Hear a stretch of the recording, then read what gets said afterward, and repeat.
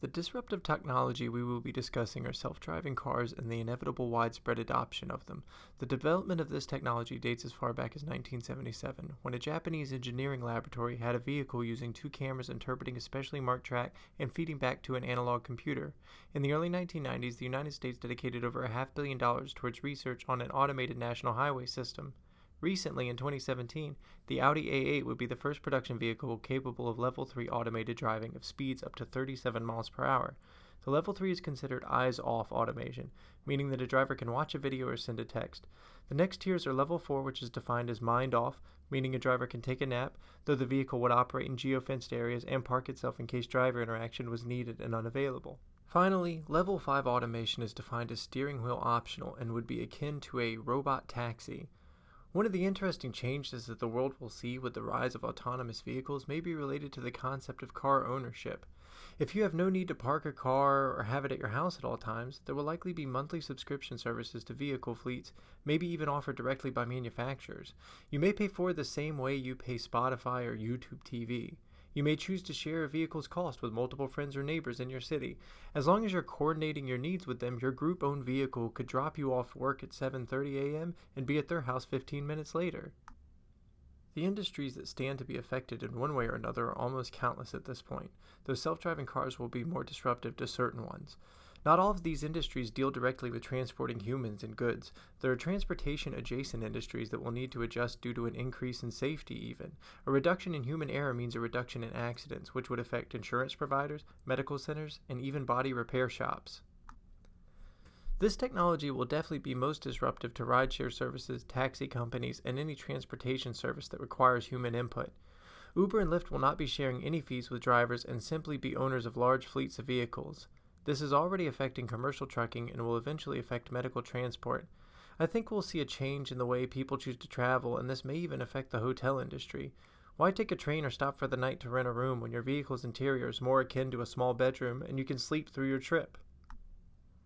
The estimated timeline for widespread implementation of fully autonomous cars is really hard to nail down. Part of this is due to political influence, but largely it comes down to the industry being able to prove that the technology will not put passengers and fellow drivers at risk. We have already seen the first reports of crashes, and certainly each time an event like this happens, it will set the technology back some. In July of 2019, CNBC released an article stating that we were a decade out from this being a reality. J.D. Power conducted a survey of over 100 auto and tech experts, which came to the consensus that we were roughly 12 years out from private sales of self-driving cars, and even an estimate that by 2034, self-driving vehicles will only account for 10% of vehicle sales. However, just this week, James Pink, CEO and co-founder of Pony.ai, a California-based self-driving car startup, stated that autonomous cars will be on the road in 5 years. We could not discuss the estimated timeline for this, though, without of course discussing Elon Musk's prediction that his Tesla vehicles will be capable of Level 4 automation by next year. That is mind-off operation, where you would no longer be required to pay attention to the road, though many skeptics say that Tesla's approach to vision-based automation is never going to be capable of this. I believe that the S-curve framework applies while discussing the development of self-driving cars. An incredible amount of money and time has been spent developing the technology that allows vehicles to be autonomous.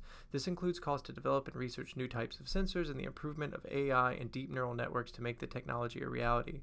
Much like the supercomputer example used in the Innovation Zen readings, it took an incredible amount of money and many years before the first prototype could be developed.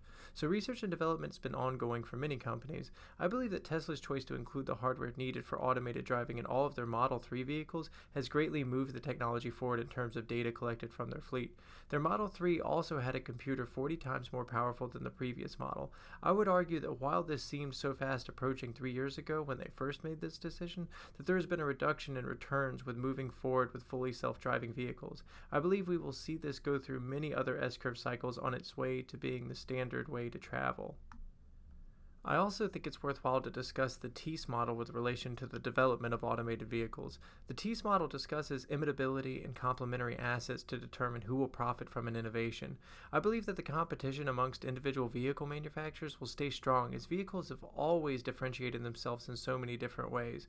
Much like every car maker offers a fully electric or hybrid model, this will likely also be true for autonomous vehicles. The markets that will benefit and simultaneously have difficulty adapting are ones that depend on human input, such as as ride sharing or commercial transport, it would seem that fewer people stand to reap greater profits. Lastly, in terms of the innovation models we have read about, there is a way that autonomous cars are sustaining technology according to Clayton Christensen. While definitely being potentially disruptive to many industries, it could be considered sustaining for car manufacturers in some ways because it improves the performance of existing products along the dimensions that mainstream customers value, mainly vehicle safety.